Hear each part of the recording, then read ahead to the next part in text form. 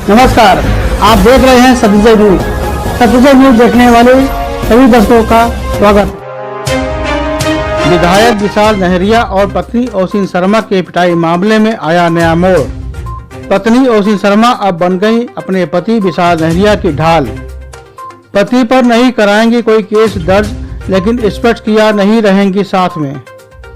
हिमाचल प्रदेश के 2020 बैच की प्रशासनिक अधिकारी ओसिन शर्मा, जिन्होंने अपने पति भाजपा विधायक विशाल नहरिया पर मारपीट और उत्पीड़न का आरोप लगाया था, इसका वीडियो 25 जून को सोशल मीडिया पर वायरल हुआ था, जबकि 2 महीने पहले 24 अप्रैल को शादी हुई थी। मारपीट मामले में पुलिस ने सोमवार को बयान दर्ज किया था। अब ओसिन शर्मा और उनके पति के मामले में नया मोड़ आ गया है। ओसिन शर्मा ने अपने पति पर कोई आपराधिक केस दर्ज करवाने से इनकार कर दिया है। उन्होंने कहा वो अपने पति पर कोई कार्रवाई कर गिरफ्तार करवाना नहीं चाहती हैं। ये भी स्पष्ट किया वो इनके साथ रहना नहीं चाहती। इस मामले को सिविल कोर्ट लेकर जाएंगी। आइए आपको दिखाते हैं पहले वो पूरा वीडियो जिस पर अपने पति पर मारपीट का आरोप लगाया। मैं ओसिन शर्मा बोल रही हूँ। मैं 2018 बैच की ब्लॉक डेवलपमेंट ऑफिसर हूँ और 2019 बैच की मैं एचएस अधिकारी हूँ। और मेरी शादी विशाल नहरिया, जो कि एमएलए धर्मशाला है प्रेजेंटली, उनसे अप्रैल को हुई थी। और ये शादी हम दोनों की रजामंदी से हुई थी, लेकिन आज की डेट में वो मुझे फिज़िकली, इमोशनली अब्यूज़ करते हैं, मेरा शोषण करते हैं, मुझे इमोशनल ब्लैकमेलिंग करते हैं, मेंटल टॉर्चर करते हैं। कल उन्होंने अपने परिवार के सामने मुझे बहुत ज़ोर से मारा, 3 थप्पड़ मारे और मैं बिस्तर से नीचे गिर गई। और उन्होंने अपने माँ बाप को बुलाते हुए ये कहा कि आप ये देखिए, मैंने इसको मारा है और अब किस्सा ख़त्म करते हैं। मैं आपको कल मैंने खुद को सेव करने के लिए कुछ फ़ोटोज़ ली हैं। आप देख सकते हैं कि उनकी उंगलियों के निशान मेरे चेहरे पे हैं और मेरे पूरे फेस में बहुत ज़्यादा पेन है। मैंने खुद को बचाने के लिए खुद को कमरे में बंद किया और अपने पेरेंट्स को उसी समय कॉल किया और वो लोग मुझे वहाँ से ले गए। मैं बहुत ही ज़्यादा मेंटली परेशान हूँ, क्योंकि कॉलेज में हम लोग साथ थे, लेकिन उसके बाद इन्हीं हरकतों की वजह से, क्योंकि कॉलेज में भी ये मुझे मारते थे, मैंने इन्हें छोड़ा और मैंने अपनी ज़िंदगी में आगे बढ़ी। लेकिन एमएलए बनने के बाद ये फिर मेरे पास आए और 2019 में आए और मुझे निरंतर शादी के लिए बोलते रहे। मैं 2021 तक मैंने इन्हें मना किया, लेकिन 2021 में मुझे लगा कि शायद ये एक जेन्युइन इंसान है और शायद ये मुझे भूल नहीं पाए हैं कॉलेज से। मैंने इन्हें मौका दिया, लेकिन इन्होंने मेरा बहुत ही नाजायज़ फ़ायदा उठाया है।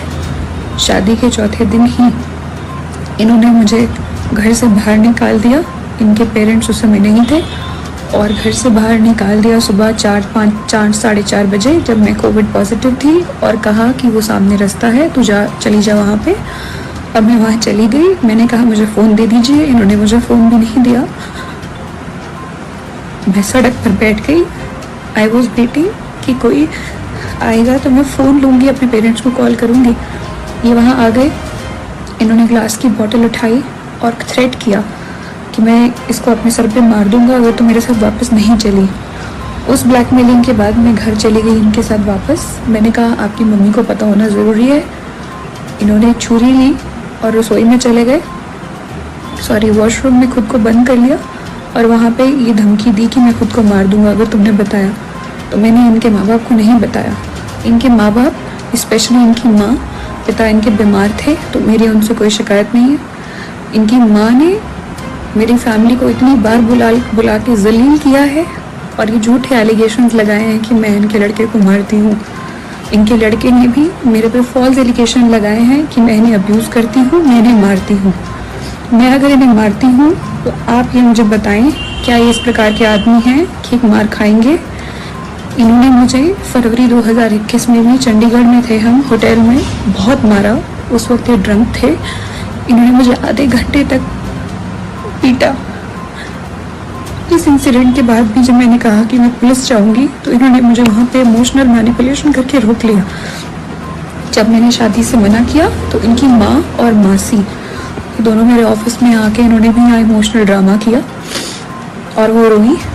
और मुझे एज ए ह्यूमन लगा कि शायद मुझे एक चांस और देना चाहिए। मेरे माँ बाप को इन्होंने बहुत जलील किया, ये धमकियाँ दी हैं कि कभी कभी आपकी लड़की अगर हमारे घर में अकेली आ गई और तो हम पुलिस बुला लेंगी। और ये सुपरस्टिशियस बातें करते हैं ये लोग। चेले को बुलाएंगे, उसको बुलाएंगे, वो बताएगा कि इस लड़की ने हमारे बेटे को मारा है कि नहीं। इनकी मदर को ये नहीं पता कि ये मुझे किस तरह से थ्रेट करते हैं, इमोशनल ब्लैकमेल करते हैं कि ये खुद को कुछ कर देंगे। और मेरे सामने सामने इन्होंने खुद को सर पे स्टील की बोतल भी मारी। जिस रात मैंने इनसे ये पूछा, जब उन्होंने मुझे बताया कि सुबह इन्होंने और इनकी मम्मी ने कहीं निकलना है, तो एज ए वाइफ मैंने सिर्फ इतना पूछा कि आप कहाँ जा रहे हैं। इनका कहना था कि माँ ने मना किया है बताने से। मुझे गुस्सा आया, मैंने इन्हें झंझोड़ा कि कम ऑन, आपको मुझे बताना चाहिए, I am your wife, I am your partner, I must know. ये उठे और इन्होंने स्टील की बोतल अपने सर पे मार ली। उस स्टील की बोतल में आज भी डेंट है। बाद में ये मुझ में एलिगेशन लगाई है कि मैं इन्हें अब्यूज़ करती हूँ और मैं इन्हें मारती हूँ। इनकी माँ ने ये तक मेरी माँ को फ़ोन करके बोला है कि आपकी लड़की हमारे लड़के को मरने पे मजबूर कर देगी। मेरा ये वीडियो बनाने का एकमात्र ये मकसद है कि मैं सबसे, पुलिस से और सभी से सिर्फ अपने अपने परिवार की सेफ्टी चाहती हूँ। और अगर इन्हें कुछ भी होता है तो I am not held responsible for that. I should not be held responsible for it. ये लोग कोई किसी भी प्रकार का एलिगेशन लगा सकते हैं। Vishal has been forcing me to have a kid. I have told him numerous times that he is not mentally fit to be a father, and he has been forcing me. He doesn't allow me to have a contraceptive also, and मैंने पूरी कोशिश की है कि मैं pregnant ना हूँ इस स्टेज पे, और मैंने खुद को बचाया है। और इसने मुझसे इसी बात पे बहुत बार झगड़ा किया है, ब्लैकमेलिंग की है कि मैं कभी नदी में कूद जाऊंगा, मैं ये करूंगा, मैं वो करूंगा। ये सब इंसिडेंट कल आके ख़त्म हुए जब इन्होंने मुझ पे हाथ उठा के मुझे नीचे फेंक दिया और अपने माँ बाप को बुला लिया कि मैंने इसे मारा है। मैं अपना सारा सामान लेके अपने माँ बाप के साथ रहता आ चुकी हूँ। आज से पूरे 5 दिन बाद मेरी ट्रेनिंग है हिब्बा में 1 जुलाई से। मेरा ये वीडियो बनाने का बस ये मकसद है कि मेरे पे कल को इस प्रकार की कोई एलिगेशन ना लगे, और जिस तरह की मेंटल एगनी और हैरेसमेंट मेरे साथ हुई है वो फ्यूचर में किसी और औरत के साथ ना हो। Being a woman and being a civil servant, बस मेरी यही रिक्वेस्ट है। इस वायरल वीडियो को लेकर ओसी शर्मा का बयान दर्ज किया गया। बयान दर्ज कराते हुए ओसी शर्मा ने कहा अपने पति विशाल नहरिया पर कोई आपराधिक केस दर्ज करवाना नहीं चाहती हैं। इस बयान के बाद उनके पति विशाल नहरिया के लिए बड़ी राहत की खबर मिल रही है। इस बयान के बाद उनके पति विशाल नहरिया के लिए राहत की खबर व सियासी वरदान मिलता नजर आ रहा है। अगर केस दर्ज होता तो उनके मुश्किलें बढ़ सकती थीं। हो सकता पार्टी से निष्कासित भी हो सकते थे।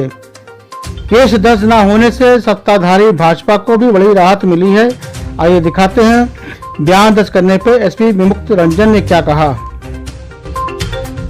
सर, ये विधायक और उनके पत्नी के बीच जो मामला था उसको लेकर बयान दर्ज हुए हैं, क्या कुछ खास है? जी, जो लोकल विधायक हैं धर्मशाला के विशाल नहरिया, उनकी पत्नी ओशिन शर्मा ने एक कंप्लेंट पुलिस के पास दी थी कि जिसमें उन्होंने मारपीट के और मानसिक प्रताड़ना के कुछ आरोप लगाए थे, लेकिन उस कंप्लेंट में ही उन्होंने ये रिक्वेस्ट पुलिस से की थी कि इस कंप्लेंट को केवल ऑन रिकॉर्ड रखा जाए और वो बाद में अपना स्टेटमेंट देंगी और अगर कोई कार्रवाई पुलिस से करवाना चाहेंगी तो अकॉर्डिंगली बताएंगे। तो इस संबंध में 26 तारीख को भी उनसे बात की गई, तो उन्होंने उस समय पुलिस को ये बताया कि भाई भावनात्मक रूप से अभी वो सही नहीं है, तो कुछ समय के बाद अपना बयान दर्ज करवाएंगी।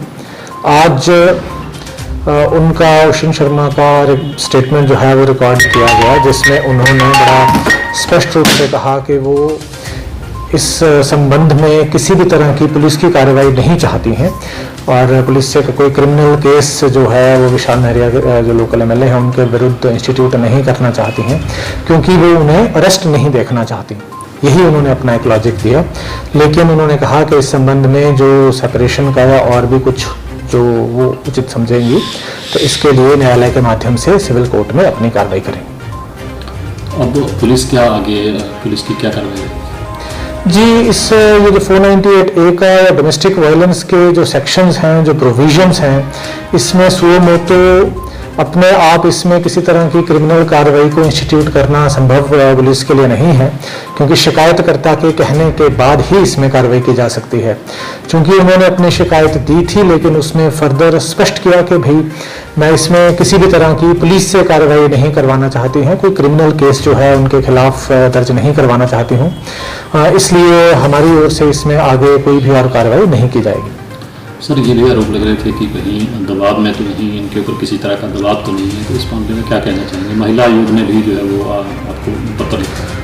जी, इसमें किसी भी तरह का कोई दबाव ना पुलिस के ऊपर था, ना ऐसा कोई भी चीज़ नहीं थी। शिकायतकर्ता को समय समय पर बराबर कांटेक्ट किया गया और उन्हें बार बार रिएश्योर भी किया गया पुलिस की ओर से कि जिस भी तरह की कार्रवाई वो चाहती हैं उसके लिए वो स्वतंत्र हैं और वैसी कार्रवाई की जाएगी, क्योंकि कानूनन अगर वो क्रिमिनल केस रजिस्टर करवाना चाहती हैं तो उसके लिए भी उनके पास कानूनी अधिकार था, या डोमेस्टिक वायलेंस में भी उनके DV एक्ट में भी जो कार्रवाई है वो की जा सकती थी। लेकिन उन्होंने बड़ा स्पष्ट हर बार ये किया कि वो क्रिमिनल कार्रवाई जो है वो नहीं चाहती हैं, इसलिए पुलिस के द्वारा कोई कार्रवाई नहीं की गई, जहां तक किसी भी तरह का कोई दबाव कहीं से भी कुछ भी नहीं था।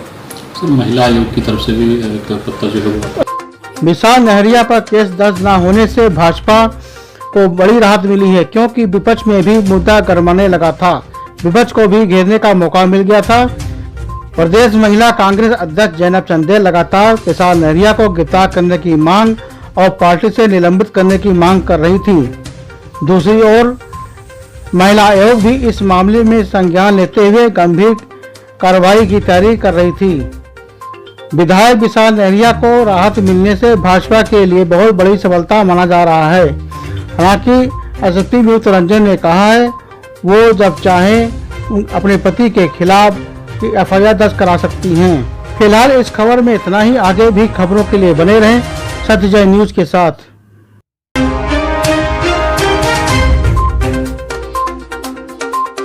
आपको ये खबर कैसी लगी? अपनी राय चैनल को सब्सक्राइब कर, लाइक, कमेंट कर जरूर बताएं।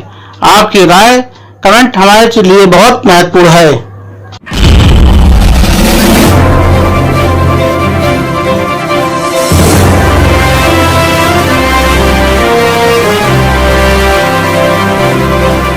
आगे भी नई खबरों के लिए बने रहिए आपका अपना चैनल सत्यजय न्यूज के साथ।